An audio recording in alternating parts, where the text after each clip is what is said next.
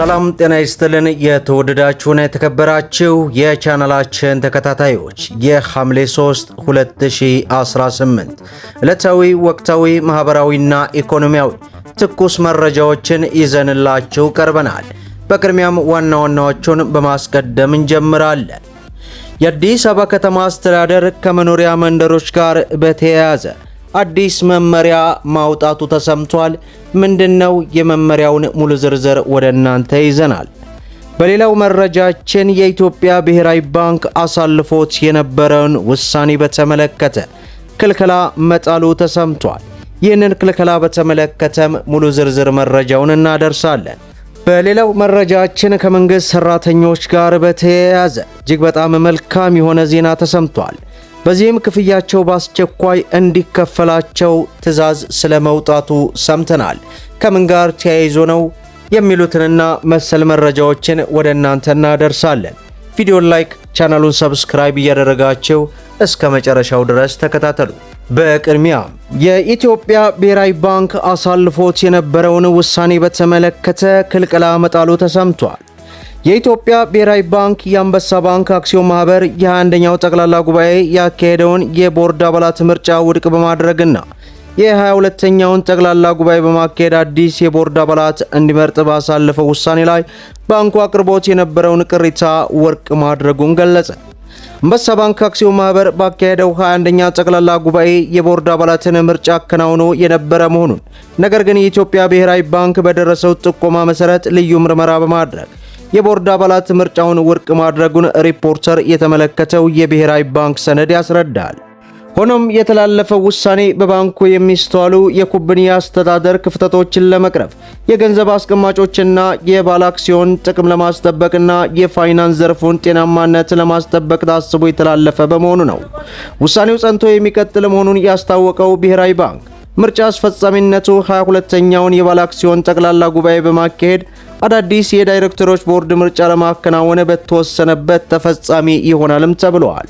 ባንኩ አቅርቦት የነበረው ቅሬታ መሰረት ሰኔ 22 ቀን 2018 ከአንበሳ ባንክ የዳይሬክተሮች ቦርድ ጋር ውይይት መደረጉን የሚገልጸው የብሔራዊ ባንክ ሰነድ በውይይቱ በቦርድ አባላት መካከል የተፈጠሩ አለመግባባቶችና መከፋፈሎች ባንኩን የመስተዳደር አቅም ህልውና የሚፈታተኑ ስጋት ላይ የሚጥሉ አብይ ጉዳዮች መሆናቸውንም ለብሔራዊ ባንክ እየቀረቡ ያለው ጥቆማዎችና ባንኩ ላይ የተደረጉ ልዩ ምርመራ እንዲሁም በባንኩ ላይ የሚደረገው የቅርብ ክትትል ይህንን የሚያረጋግጥ ነውም ብለዋል።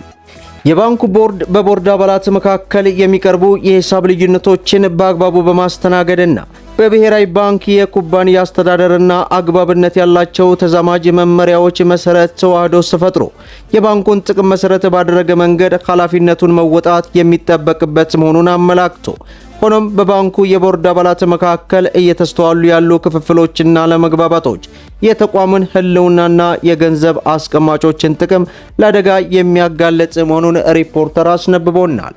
በሌላው መረጃችን የአዲስ አበባ ከተማ አስተዳደር ከመኖሪያ መንደሮች ጋር በተያያዘ አዲስ መመሪያ አውጥቷል። በአዲስ አበባ ከተማ አስተዳደር ከመኖሪያ መንደሮች፣ የኢንዱስትሪ ፓርኮች፣ የመሰረተ ልማት አውታሮች 500 ሜትር ክልል ውስጥ ለልማት ስራዎች በቀጥታ ለግብዓትነት የሚውሉ ልዩ ልዩ የኮንስትራክሽን ማዕድናት ያለ ህጋዊ ፍቃድ ማምረት የሚከለክል አዲስ መመሪያ አውጥቷል።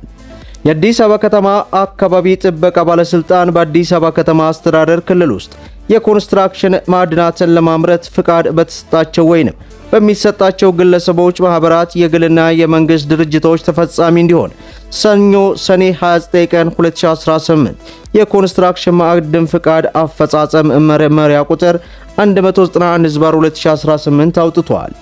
በመመሪያው መሰረት ከመኖሪያ መንደሮች፣ ከኢንዱስትሪ ፓርኮች፣ ከመሰረተ ልማት አውታሮች፣ ከኤሌክትሪክ ተሸካሚዎች 25 ሜትር፣ ከወንዝ ዳርቻ ደግሞ 30 ሜትር ክልል ውስጥ ማዕድናትን ለማምረት ለቦታው የሚመለከተው ህጋዊ አካል ወይንም ባለቤቱ ካልፈቀደ በቀር ፍቃድ አይሰጥም ብለዋል።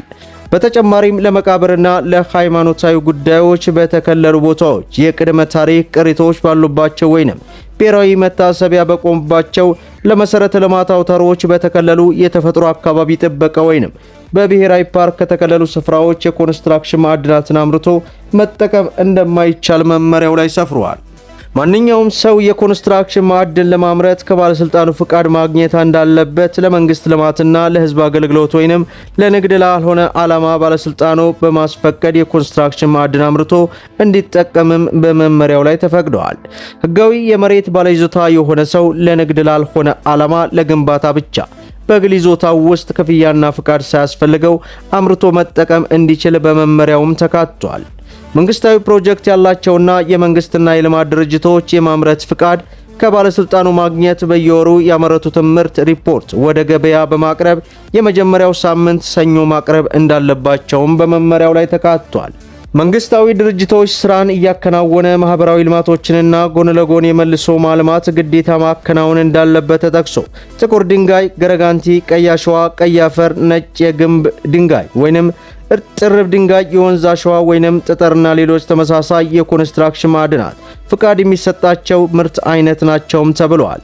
ለጥቁር ድንጋይ ስራ ፍቃድ ለማውጣት ከፍተኛ 5 ዓመት ሆኖ በአመት የሚታደስ እንደሚሆን የገረጋንቲ አሸዋ፣ የነጭ ድንጋይ የኮንስትራክሽን ማዕድናት ማምረቻ ስራ ፍቃድ ከ2 ዓመት ያልበለጠ ሆኖ በአመት የሚታደስ መመሪያው ላይ ሰፍሯል። ለምርት ማሰሻ ፍቃድ ከ3 ወራት ላልበለጠ ጊዜና ከስራው ጋር ተዛማጅነት ያላቸው መሳሪያዎችና ማሽኖች እንዲሁም መትኪያ ፍቃድ ዘመን ከማዕድን ማምረቻ ጋር የውል ዘመን ጋር ተመሳሳይ ሆኖ የፍቃድ ዘመኑ ሲያበቃ ማንኛውም ንብረቱን ነቅሎ መሬቱን ነፃ ማድረግ እንዳለበትም ተቀምጧል። የአዲስ አበባ ከተማ አስተዳደር የአካባቢ ጥበቃ ባለስልጣን በአዲስ አበባ ከተማ አስተዳደር አስፈጻሚ አካላት እንደገና ለማደራጀት ስልጣንና ተግባራትን ለመወሰን በወጣው አዋጅ ቁጥር 84/2016 አንቀጽ 16 ንዑስ አንቀጽ 2 ተራ ፊደል ሰ መሰረት ያወጣው መመሪያ ውስን የሆነ የተፈጥሮ ሀብት በአግባቡ በመጠቀም የከተማዋን የኮንስትራክሽን ማዕድናት ፍላጎት እንዲሟላ የማድረግ ዓላማ እንዳለውም ተመላክቷል። እያንዳንዱ ባለድርሻ አካላት በፍቃድ አሰጣጥ፣ በክትትል፣ በቁጥጥር፣ በማምረት በመረጃ አያያዝና አቀራረብ ያለውን ኃላፊነትና ተጠያቂነት ሊያሳይ የሚችል የአሰራር ስርዓት መዘርጋት ማስፈለጉን ነው መመሪያው ላይ ወጥቶ ተግባራዊ እንዲደረግ የተደረገው። በሌላው መረጃችን ከመንግስት ሰራተኞች ጋር በተያያዘ መልካም ዜና ተሰምቷል። በዚህም ክፍያቸው በአስቸኳይ እንዲከፈላቸው የሚል ቁርጥ መመሪያ ተላልፏል። የኦሮሚያ ክልል ጤና ቢሮ በተለያዩ ምክንያት የትርፍ ሰዓት ክፍያቸው ላልተከፈሉ የመንግስት ሰራተኛ የጤና ተቋማት የሚሰሩ የሕክምና ባለሙያዎችን በተመለከተ በአስቸኳይ እንዲከፈላቸው ትዕዛዝ ማስተላለፉን በዚህ ሰዓት ዋዜማ አስነበበ። በክልሉ የሕክምና ባለሙያዎች የትርፍ ሰዓት ክፍያ ወጥ ባልሆነና በተቆራረጠ መንገድ ሲከፈል እንደነበር ከባለሙያዎችና ከተለያዩ አካላት በሚደርሰው አቤቱታ መረዳቱ ቢሮው ዛሬ በጻፈው ደብዳቤ ላይ ዋዜማ ተመልክታለች። መደመጥ ያለባቸው ወሳኝና አነጋጋሪ የሆኑ መረጃዎችን ይመስላሉ። ቪዲዮውን ላይክ ሸር እንዲሁም ለቻናላችን አዲስ ከሆናችሁ ሰብስክራይብ በማድረግ በየዕለቱ የሚለቀው መረጃ እንዲደርሳችሁ የኖቲፊኬሽን ማብራታችሁን አትዘንጉ እያልኩኝ ለዛሬ ያስኩላችሁ መረጃ ይህን ይመስላል። እስከ ፍጻሜው ድረስ አብራችሁን ስለቆያችሁ ልባዊ ምስጋናችን የሰጠን። በሌላ ቪዲዮ እስከምንገናኝ ወሰላሙ አለይኩም ወራህመቱላሂ ወበረካቱ።